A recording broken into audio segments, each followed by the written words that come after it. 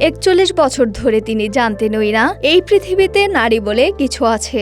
না কোনো মা, না বোন, না কোনো প্রেমিক বা বান্ধবী। সভ্য জগৎ থেকে হাজার মাইল দূরে ঘন জঙ্গলে কাটে তার পুরো যৌবন।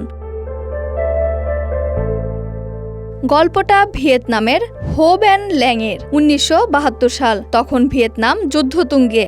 হুট করে একদিন এক ভয়াবহ বোমার শব্দে বদলে যায় সব। ল্যাংয়ের মা আর 2 ভাই বোন চোখের সামনে প্রাণ হারান। শিশু ল্যাংকে বাঁচাতে তার বাবা তাকে কোলে তুলে নিয়ে সোজা ছুট দেন এক দুর্গম গহীন জঙ্গলের দিকে। তখন ল্যাংয়ের বয়স মাত্র 1 বছর। Premium commercial space is now for rent. Featuring ample parking and excellent accessibility, this 4,200 square foot space is ready. Elevate your business and call us today.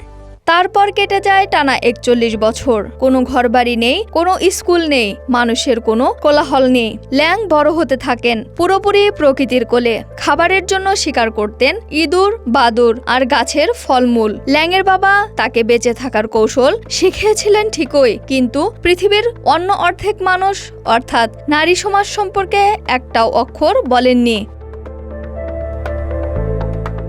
2013 সালে বাবা ভীষণ অসুস্থ হয়ে পড়লে বাধ্য হয়ে জগৎ সংসারে ফিরে আসেন 42 বছরের ল্যাং। আর তখনই ঘটে সেই অবিশ্বাস্য মুহূর্ত। জীবনে প্রথমবার কোনো নারীকে দেখে তিনি অবাক হয়ে ভেবেছিলেন এরা হয়তো অন্য কোনো গ্রহের প্রাণী। বিশ্বজুড়ে তাকে নাম দেওয়া হয় রিয়েল লাইফ টারজান।